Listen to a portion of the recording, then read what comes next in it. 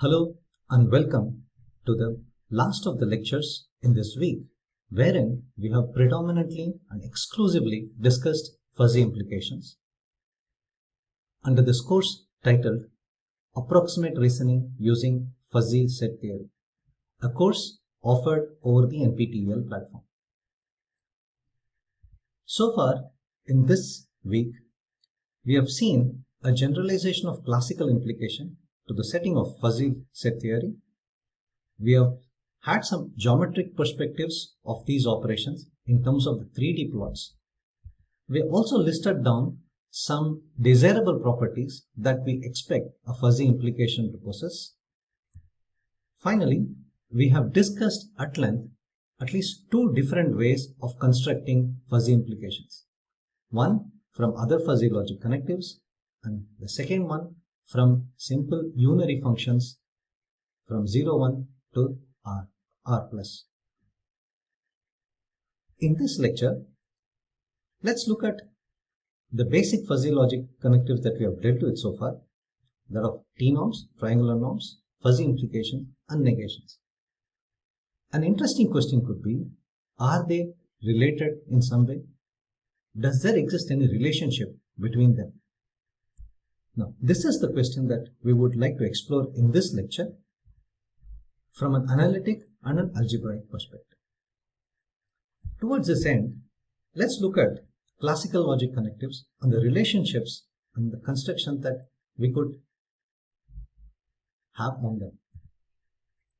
So we know that in the setting of classical logic, the set of truth values is just restricted to 0 and 1, true or false, and these are the four operations that we have, that of conjunction, disjunction, negation, and implication.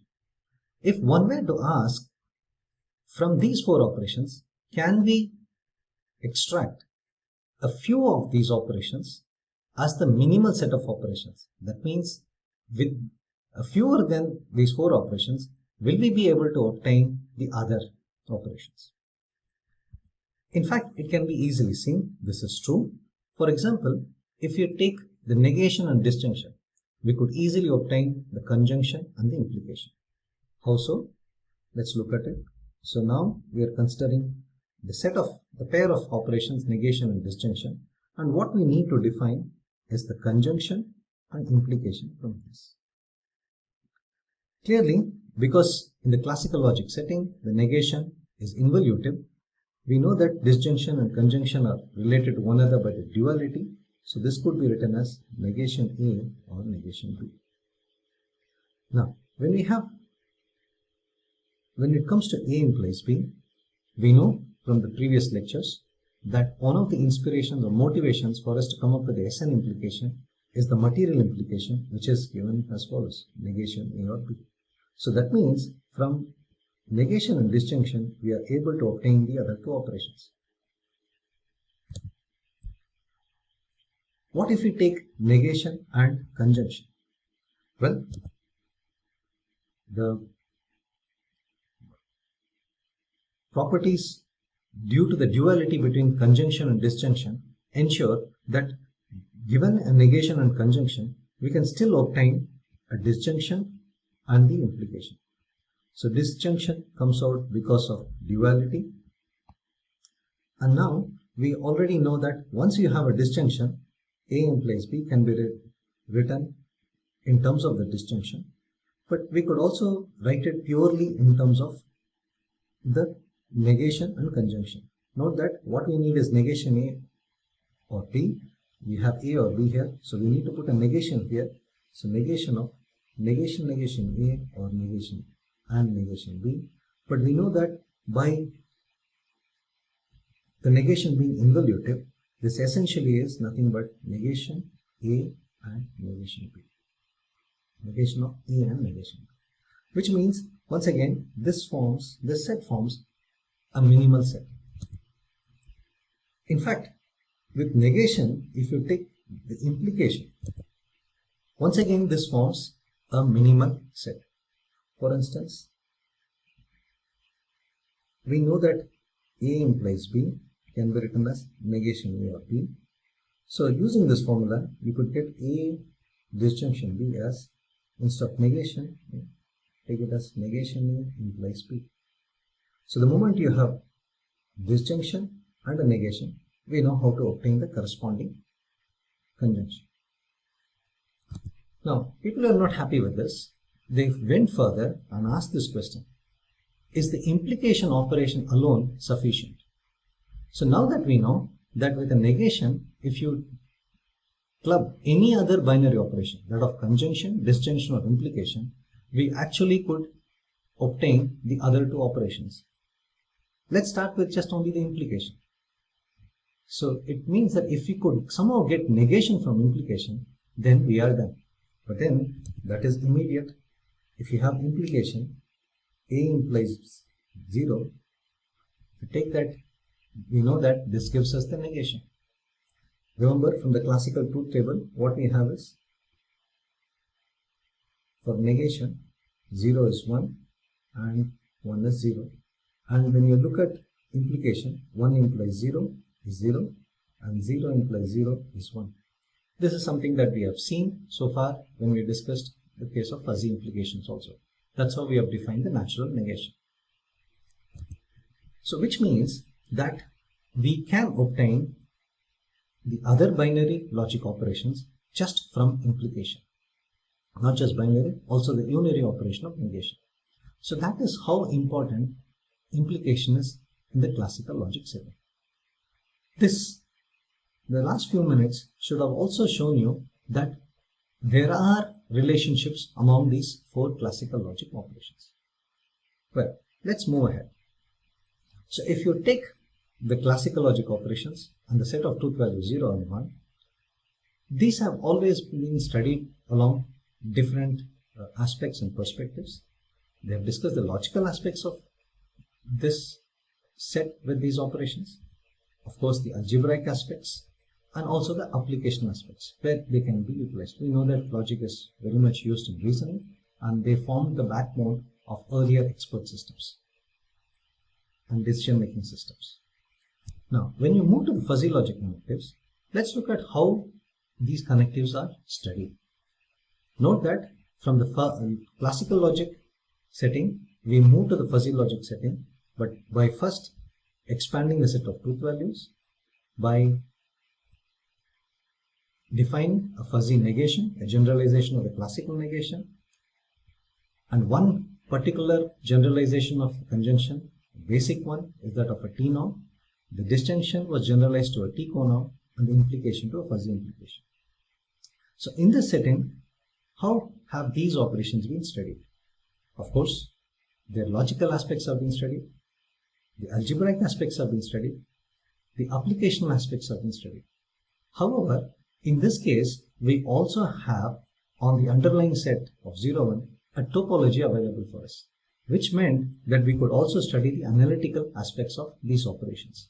That's how we have discussed about different types of continuity on the set of T-norms. Well, so far this week, or the last 2 weeks, we have discussed a lot of analytical properties of these operations. Going forward, we'll look at the applicational aspects, where they are useful in applications. The logical aspects have always been the underpinnings for us, even though we have not dealt with these in depth. In today's lecture, let's look at some algebraic aspects of these operations. So specifically, we'll try to relate the negation, T-norm, and the implication from an algebraic perspective. So the question now is, these are the 3 basic fuzzy logic connectives that we have seen. Are there relationships between them, between T and N, T and I, and I and N? And we'll see by the end of this lecture, yes, there are. Let's begin by looking at it from an algebraic perspective. We have seen what an R implication is.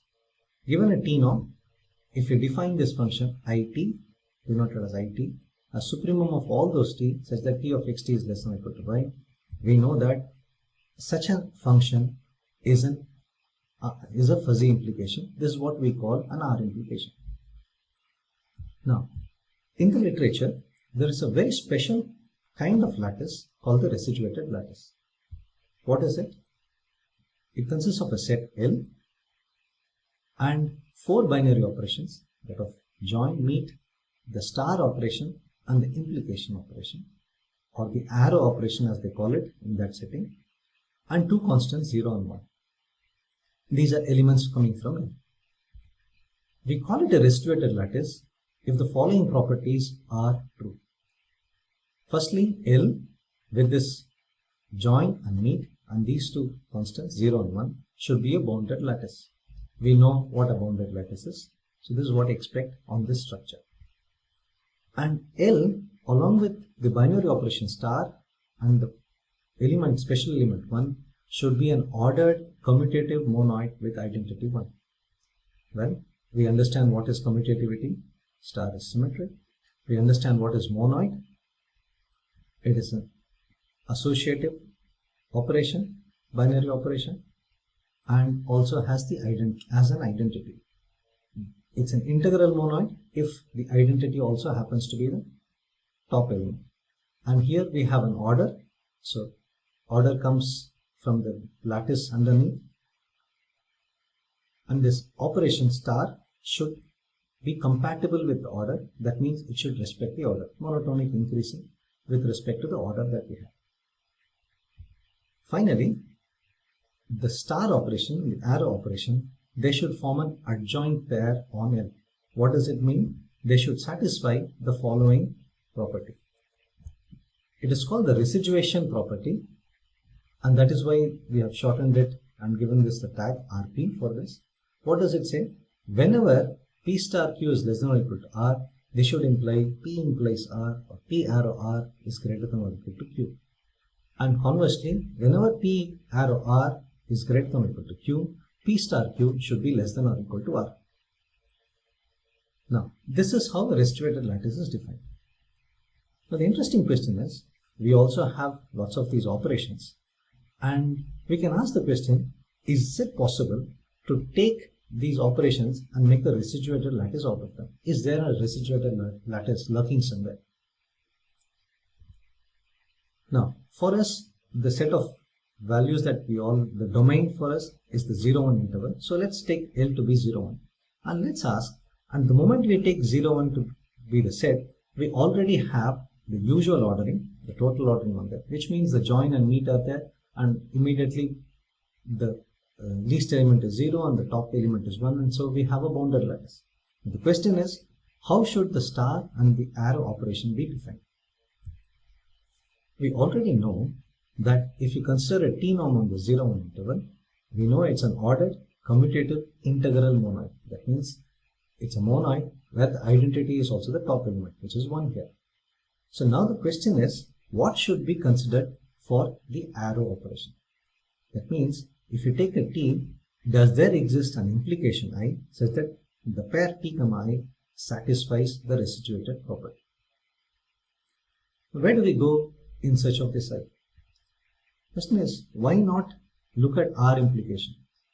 Can they be the ones that will help us to obtain a residuated lattice? Let's discuss this.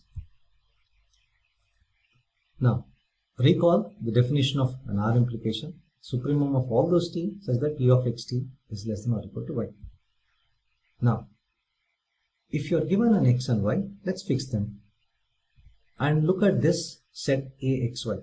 This must be familiar from one of the previous lectures. This is nothing but the set of all those T such that T of xt is less than or equal to Y.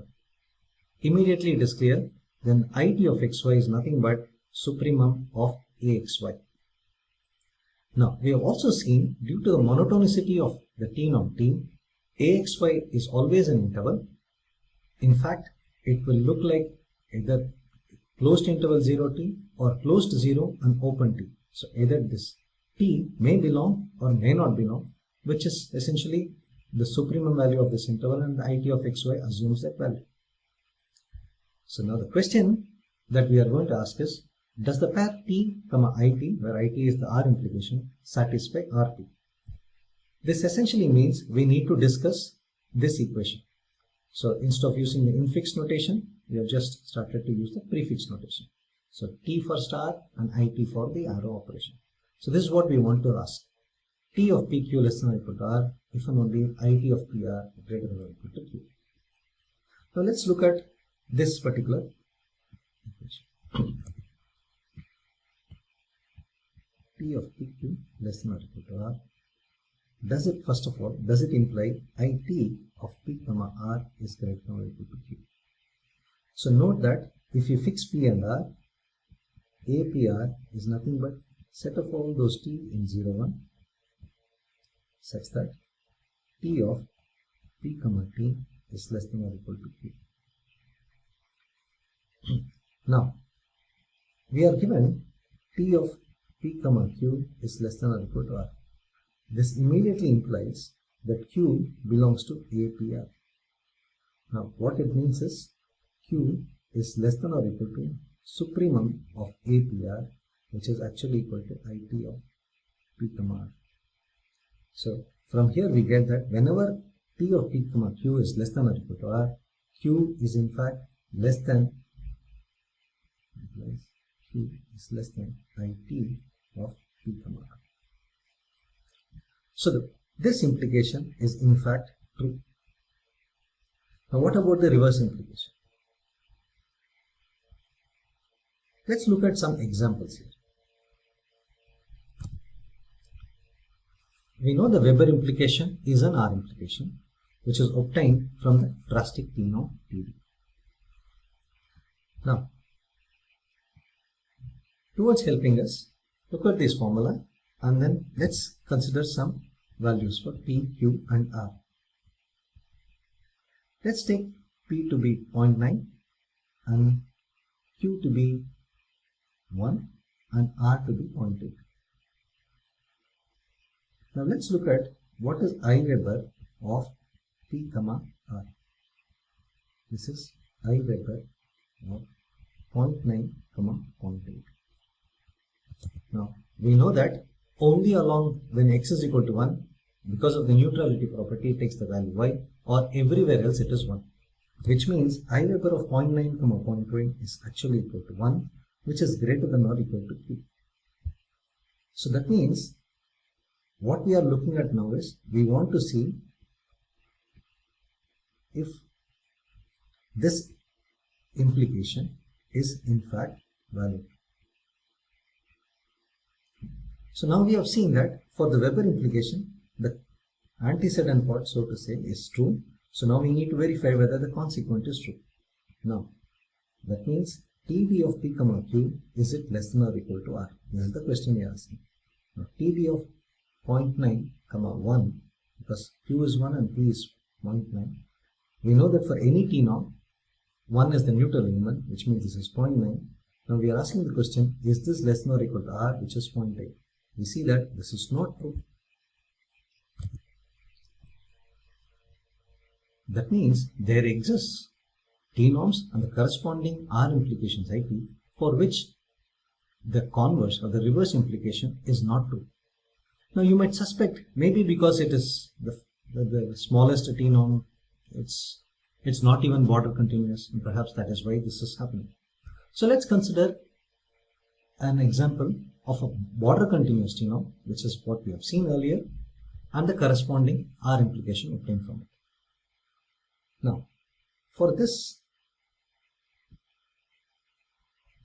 pair of T-norm and the corresponding R implication, let us look at whether the converse of this implication is true. That means we are still looking at I TB of P comma R. If it is greater than or equal to Q, does it imply, this is the question we are asking, does it imply that TB of P comma Q is less than or equal to R? Once again, let's look at the values. P is equal to 0.4, Q is equal to 0.5 and R is equal to 0.3. Now, ITB of 0.4 comma P comma R is equal to ITB of 0.4 comma 0.3. Let's go and look at the formula. So now here x falls in 0 to 0.5 because P is 0.4 and it is greater than y, greater than R, which is 0.3. From the formula we then get that ITB of 0.4 comma 0.3 is actually 0.5. Now this is greater than or equal to q, clearly. So now question is, what about TP of p comma q? Is it less than or equal to r? This is TB of 0.4 comma 0.5. Let's look at what is this value.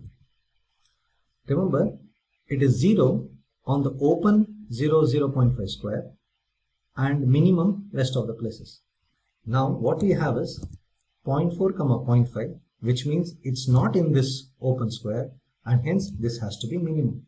So minimum of 0.4 comma 0.5, this is actually equal to 0.4 and r is 0.3. Clearly this is not less than or equal to 0.3. So we see that even border continuity does not help us here. So then what will help us here in ensuring that T and IT, this pair, does satisfy the residuated property? Now let's look at what we have.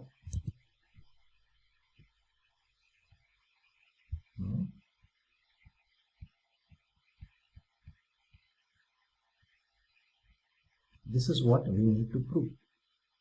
T of p comma q is less than or equal to r. But let's for the moment assume that IT of PR is actually equal to T0.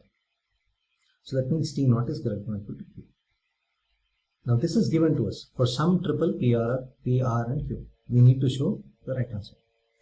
Okay. Now for this fixed PR, let's write what is A of PR. It is nothing but all those T element of 0, 1 such that T of P comma T is less than or equal to 1. Now we know since IT of PR is equal to T0, either it is 0 comma T0 closed or 0 comma T0 open. Now there can be two cases. First case is T0. Remember, T0 is definitely greater than or equal to Q. That is what is given to us. If T0 is greater than Q, this implies Q actually belongs to 0 T0, strictly greater than this, which implies Q is in fact, it belongs to APR, which implies since it belongs to APR consists of all those elements such that T of PT is less than or equal to R. We see that T of P comma Q in fact is less than or equal to R. So in this case, everything is clear. Now what if T0 is actually equal to Q? This is the second case. Now if APR is in fact 0 T0, then it is actually 0 Q. And we know that Q belongs to APR, implies T of P comma Q is less than or equal to R. So once again it is done. So now the question is, what if APR is in fact 0 Q open? This is the only case where we can fail to have T of P comma Q not being smaller than or equal to R. Let's look at what exactly happens from a geometric perspective. Consider T now, and we are fixing this P and then varying the second value. So this is the Q. At 0 it is 0, and let this value be R. Now since we know that the set APR is closed 0 open Q, we know that for any epsilon, Q minus epsilon actually belongs to APR, and that means for any epsilon greater than 0, small ones, such that Q minus epsilon is still in 0, 1, we see that T of P comma Q minus epsilon is in fact less than or equal to R, because that is how APR is defined. Which means if you go here, given this is R, perhaps all the values are in fact smaller than R except at Q. So there seems to be a jump discontinuity here. So at Q, remember this T of P comma dot, that means we are fixing the first variable to be P, and we are only looking at the partial function as Q varies, so the second variable varies. So for every value, of course at 0 it is 0, At Q, what we expect is that T of P comma Q should be less than or equal to R, but somehow it goes up. But for every other value, it is smaller than R. Now, if this were not to happen, what we want is that this value is in fact less than R. But what does that mean? It essentially means that this T has to be left continuous. That is, for any increasing sequence, Q1 going to Q, at this P, TPQN should actually go to TPQ. So, written another way, limit n tending to infinity, T of P comma Qn is actually T of P comma Q. So if this property is held, then it cannot jump here. It will smoothly converge to T of PQ. And this is essentially the concept of left continuity. The moment we have the T norm to satisfy left continuity, then we know that this kind of jump discontinuity cannot happen, and this APR will always be a closed interval, in which case, in fact, when we write IP of P comma R as supremum of APR, in the case APR, when the case T is left continuous, we know that this will always look like this, a closed interval, and so you could in fact replace supremum by maximum, because that element, supremum in fact belongs to the set APR. So the left continuity of T is in fact very important here. So we ask the question, does TIT, this pair, does it satisfy the residuated property? And now what we see is, if T is left continuous, then definitely it does satisfy the residuated property, and we have the structure where 0, 1 with the usual order and a left continuous T and the corresponding R implication obtained from it, it's a residuated lattice. If you recall, we had discussed this nomenclature when we discussed R implication. We said that unless T is a left continuous T norm, we cannot call it a residuated implication or the residuum of T, even though the term R implication itself comes from there. So typically, if you don't know anything about T, then IT is only called an R implication. But if you do know that T is a left continuous T norm, then IT can be called the residual implication or the residuum of T. Why do we need a residuated lattice? This is something that we will see moving forward.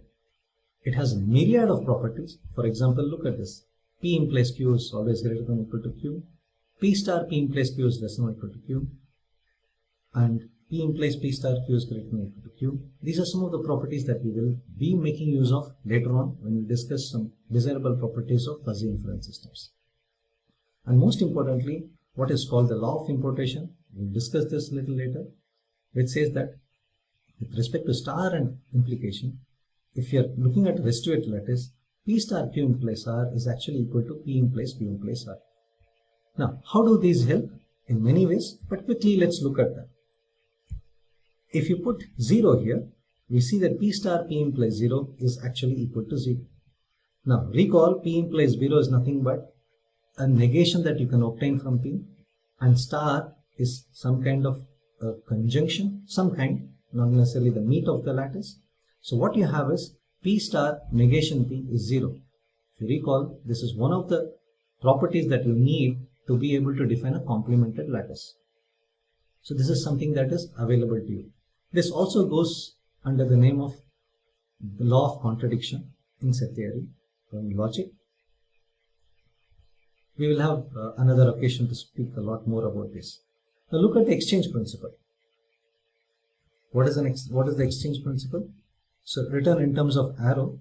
So this is the exchange principle that as we know it for an implication. In terms of arrow, we can write this as x implies y implies z is y implies x implies z. Here's what we want. Now look at this. P star Q implies R is P implies Q implies R. Now, if the star is also commutative, in the case of T norms, it is commutative, then what we get is x star y implies z is actually equal to x implies y implies z. And now this, by the commutativity of star, we could write this as y star x implies z, and here we get it's y implies x implies z. Since these two are equal, these two are also equal. So in the residuated lattice setting, exchange principle comes to you for free. So every residuated implication, that means an R implication obtained from left continuous T-norm, does indeed satisfy the exchange principle. It doesn't stop there, just one more result. Let's start with the residuated lattice. L is the residuated lattice. If P join P implies 0 is 1. This is the join of the bounded lattice on L. If this happens, then in fact L becomes a Boolean algebra, not just a residuated lattice, it becomes a Boolean algebra. But what is more interesting is, in that case, the T-norm, the star that we have here, it reduces to the meat of the corresponding bounded lattice. So in that sense, we do not obtain any new structure. So a residuated lattice in which this property is valid immediately becomes a Boolean algebra, and the star becomes the meat of that lattice. So what have we seen so far? We have seen that from T we can obtain the natural negation of T and T, and we also can obtain the R implication using T, which is the IT. So these are, T is related, or we can obtain N and I from T. Interestingly, we can also obtain a T from an I. So look at this. This is how we obtain an implication from a T-norm. If you rewrite the formula in this form, given an implication I, consider this function Ta, which is nothing but, in some sense, a dual of it, infimum instead of supremum, and greater than or equal to instead of less than or equal to. That means look at all the elements T such that I of xt is greater than or equal to y, and pick the infimum. Now this is a binary function, of course. It can be shown that if I is an implication that satisfies exchange principle, the ordering property, and is right continuous in the second variable, then in fact Ti is a T-norm. It is clear that for supremum to become maximum, we need left continuity, and for infimum to become minimum, we need right continuity, and that's how this right continuity comes into picture here. So any implication that satisfies exchange principle, ordering property, and is right continuous in the second variable does indeed give you a T-norm using this formula. We already know that given an implication we can obtain a negation from it, the natural negation, and in the case of an R implication, this natural negation is in fact the natural negation that you obtain from the corresponding T-norms. So interestingly, if you start with an I, you can get an N, you can also get a T-norm. Of course, with some conditions on I, not always. Or of course, you will always get some kind of a conjunction, but for it to be a T-norm, I needs to satisfy AP, OP, and also the right continuity in the second variable. So far we have discussed in the setting of algebra. Now let's look at some analytic relationships. Please recall that if you have a function f from 0 1 to 0 infinity, which is continuous, strictly decreasing, so that f of 1 is 0 and f of 0 is less than infinity, we could define the corresponding pseudo inverse like this, and we were able to construct a T-norm like this, Tf as f pseudo inverse of fx plus fy, and we could also construct from the same function f an f implication. In that sense, we call it the f generated implication or f implication. So it's from the same f we are able to obtain both a T-norm and an implication. In this case, it's an f implication. Now, how do these two match with each other? That means if you take an f generator and look at the T-norm and obtain from it and also the f implication obtained from it, how do they look like? So for the f generator minus ln x, where f of 0 is infinity, we obtain the product T-norm, and in the case of f implication, we obtain the Euler's implication. If you consider 1 minus x, where f of 0 is finite, we obtain the Lukasiewicz T-norm as the generator T-norm, and we obtain the Reichenbach implication as the f implication. Now what is interesting is, note that f of x is in fact, when f of x is 1 minus x, it's in fact a negation. So it appears that we are obtaining a T-norm and an implication from a negation. Now recall that for these generators f of 0 can either be finite or infinite. In the case it is finite, we could also define such a function f1, which is f of x by f of 0, which makes it that f1 of 0 is actually 1. It is also called the normed f generator. This is also an f generator. What do you mean by saying it is also an f generator? The f implication obtained from f and f1, they are essentially identical. They are actually equal. So that means if you take an f generator so that f of 0 is finite, then what you always get from that, you could always get f1, which is a fuzzy negation. That means whenever f of 0 is finite, it is a negation, and from that negation you can always obtain a T-norm and an implication. So consider this negation. One way we have seen a way to obtain a T-norm and also an implication. So finally what we have seen is, among these basic fuzzy logic connectives, there seems to be some interesting relationships. You can move from one to the other, generate or construct the other two from one of them, just like how we did in the case of classical logic connectives. Of course, there are many more conditions on these operations. That has to be borne in mind. A quick recap of what we have done in this lecture, or over the week itself.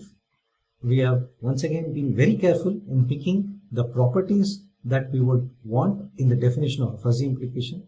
As was mentioned in the very first lecture, initial days, neutrality property and exchange principle were also asked of a fuzzy implication, but now we have just come with a bare-bone structure, a bare-bone definition of what a fuzzy implication should possess in terms of the axiomatic definition. Looked at it geometrically, understood it from its 3D plot, listed out some desirable properties, looked at many families of fuzzy implications, constructed them, and in this lecture we have seen some interesting relationships between these three basic fuzzy logic connectives of negation, triangular norms, and fuzzy implication. What next?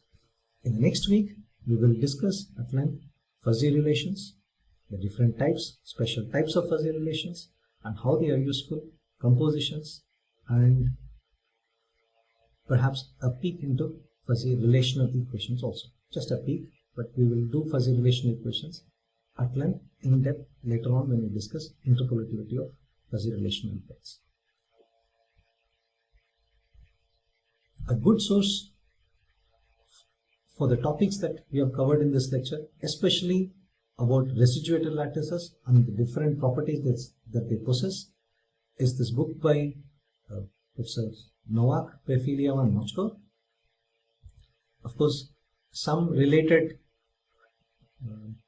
results on F implications and T that can also be obtained from the book of fuzzy implications, and some interesting ways of representing R implications from the corresponding generators. If the original T is a generated T-norm, those formulae can be found in the book of Kleemann-Messier-Pape titled Triangular Norms.